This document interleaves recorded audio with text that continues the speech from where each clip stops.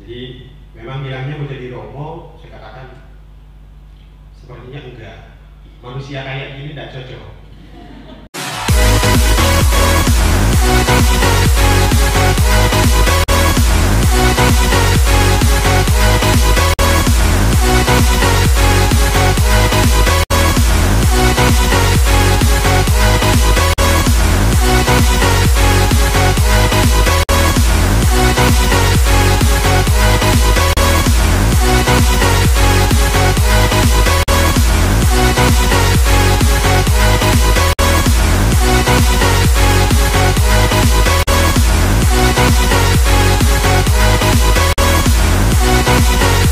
Saudara yang diberkati Tuhan, saya Romo Albertus Jody SC. Selamat malam.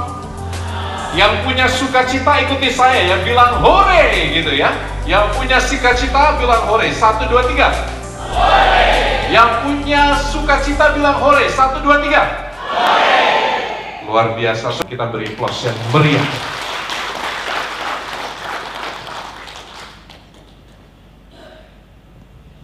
Silakan Albert duduk.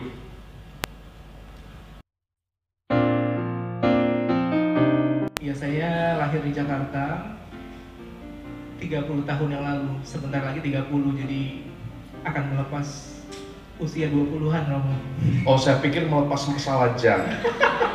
Cukup lama rupanya ya Albert ya. Luar biasa. Saya dari dulu itu sudah menggadang-gadang Albert ini untuk menjadi seorang SCY sama seperti saya. Tetapi rupanya dia menolak karena singkatan SCY itu suka cari janda katanya. Luar biasa. Albert, engkau lahir di Jakarta, tetapi mengapa namamu harum sampai pelosok negeri, bahkan sampai pelosok-pelosok yang tidak ada sinyalnya? Kok kamu bisa sampai ke tempat itu dan mendirikan gereja di sana bersama teman-teman Vinia Dei? Kamu pasti punya ceritanya, Albert. Mungkin kamu bisa cerita bagaimana awal sejarah. Pasti semuanya karena rencana Tuhan ya, Romo, pasti. Yang pertama itu yang saya sangat yakini. Jadi seingat saya, yang memang saya ingat Agustus tahun 2010 waktu itu memang saya saat itu masih kuliah di Universitas Indonesia semester 4.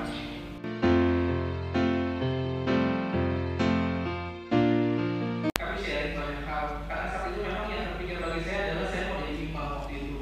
Jadi saya mulai mencari kemana gitu ya, kemana yang harus saya daftar tuh yang mana. Memang untungnya di Facebook itu juga ada beberapa teman imam yang memang saya suka ngajak ngobrol atau sharing gitu ya. Jadi ya singkat cerita adalah dia mengajak saya, ayo coba datang ke tempat tugas pelayanannya saat itu. Lalu ya saya kira pada saat saya kuliah waktu itu mungkin saya belum pernah pergi keluar dari Pulau Jawa sendiri, karena ya selalu biasa kalau pergi kemanapun libur selalu dengan keluarga gitu ya. Anak mami berarti ya? Enggak juga sih, Romo. Tapi ya mungkin momen itu menjadi pertama kali yang memicu saya harus berani keluar dari Jakarta waktu itu. Saya diundang untuk menghadiri tahbisan diakon beliau di Kota Sibolga waktu itu. Lalu ya saya diajak ke tempat beliau bertugas, kebetulan sekarang di tempat tugasnya Pastor Albert.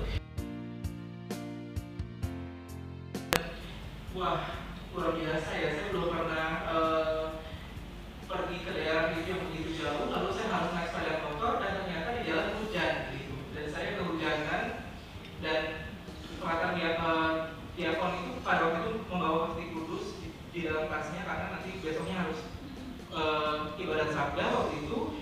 Dan saya pikir, waduh, Tuhan Yesus saja kehujanan. Jadi saya pikir ya, kenapa saya juga sebagai orang muda mengeluh gitu ya.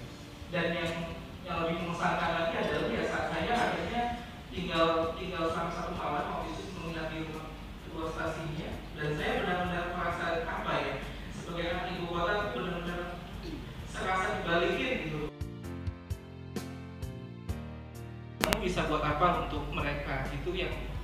Itu yang saya dengar, dan setiap kali saya ingat itu apa ya, kadang saya juga di dalam perjalanan ini saya juga kadang merasa lelah, saya merasa letih gitu ya, karena kita menghadapi begitu banyak manusia dengan sekian karakter yang sulit kita pahami. Tapi ketika saya ingat momen itu, saya selalu merasa, oh iya, saya tahu bahwa Tuhan yang sudah memanggil saya, jadi saya tidak boleh mundur atau berhenti.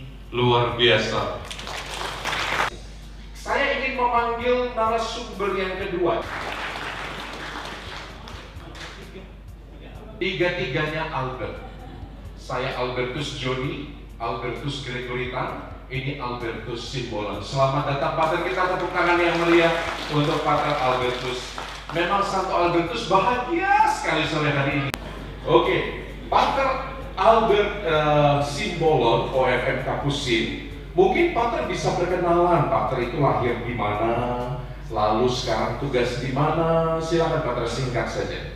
Terima kasih. Saya lahir itu di desa kecil, penggembalaan para Romo Karmen juga di paroki EBK juga, tapi EBK kampung-kampung di Tigalingga. Maria Bunda Kampung ya. Maria Bunda. Luar biasa. Ada di sini masih adik sepupu juga. Romo Kardiaman Simbolon. Kami itu satu paroki juga. Di mana? Di MBK ini kebetulan. Kita beri tepuk tangan untuk pastor kita, Pater. Terima kasih. Ya, luar biasa.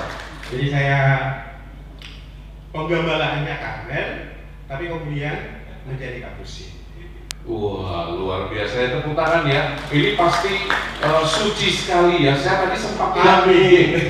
Saya sempat tidak pede terus terang. Saya tadi ragu-ragu mau pakai kolar atau mau pakai batik ya toh. Tapi kalau saya pakai kolar, nanti bingung dari tiga ini mana yang Romo ya kan? Nah, jadi memang kita bersyukur sekali Pater Albertus Simbolon telah hadir di tengah kita. Dulu Pater katanya bertugas di satu stasiun cukup terpencil. Datang menjumpai Romo Niko yang kebetulan abang kelas saya 2 tahun. Romo Niko kemudian ditahbiskan menjadi diakon, ditempatkan di paroki Talu Tembolang itu. Dan saya kemudian menyusul top juga, SK top, kemudian di situ juga. Jadi Albert juga datang berkunjung, dia bilang begini, saya nggak perlu capek-capek, langsung mengunjungi dua-duanya.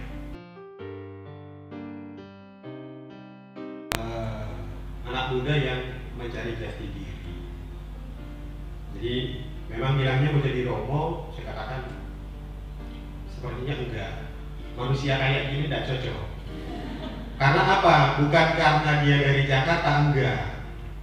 Dia belum paham siapa dirinya, jati diri belum dapat. Dia tidak pernah panggil saya Pater, sampai sekarang dia nggak pernah panggil Pater, dia panggil abang. Bang, kok ikannya kepala melulu ya, ekornya kemana? Jadi biasanya, saya nggak tahu juga tukang masak kok setiap Albert datang kok kepala ikan terus ya kan? Ikan hasilnya kok kepalanya ya kan?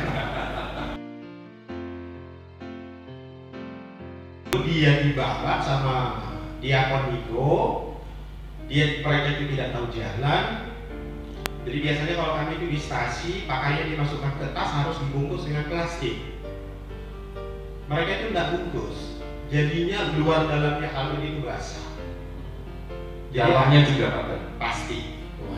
Pasti, bukan hanya basah, becek. Karena waktu itu ada lumpur sampai segini. Dan dia menggunakan pakaiannya pengurus gereja yang notabene itu gemuk luar biasa. Jadi harus dia pakai ikat pinggang tali plastik. Fotonya ada di sini. Iya. Jadi nah, itu ini sekedar informasi, ini buku yang tahun 2018 itu sempat ditulis oleh seorang penulis dari Kompas, namanya Bapak Simon Saragi. Ini biografi singkat dari founder Vinia Dei Albertus Gregoritan. Saya tidak tahu apakah masih ada stoknya. Kalau masih ada ya. Kalau berminat nanti silahkan menghubungi anak-anak Yayasan Vinia Dei. Kami akan memberikan cuma-cuma. Lalu nanti bisa digantikan dengan donasi. bukan cuma-cuma. marketing kan ya. Ini judulnya Hati yang Tertambat. Anda bisa dapatkan ini nanti menghubungi teman-teman Yayasan Vinia Day. Saya dulu sering menggoda dia, Albert ini bukunya judulnya harus diganti. Ini judulnya Kumis yang Tertambat. Karena rupanya banyak sekali donatur itu dari kalangan tante-tante yang jatuh hati dengan kumisnya Albert. Kita beri tepuk tangan untuk Albert dan Pater Albert juga, Double Albert.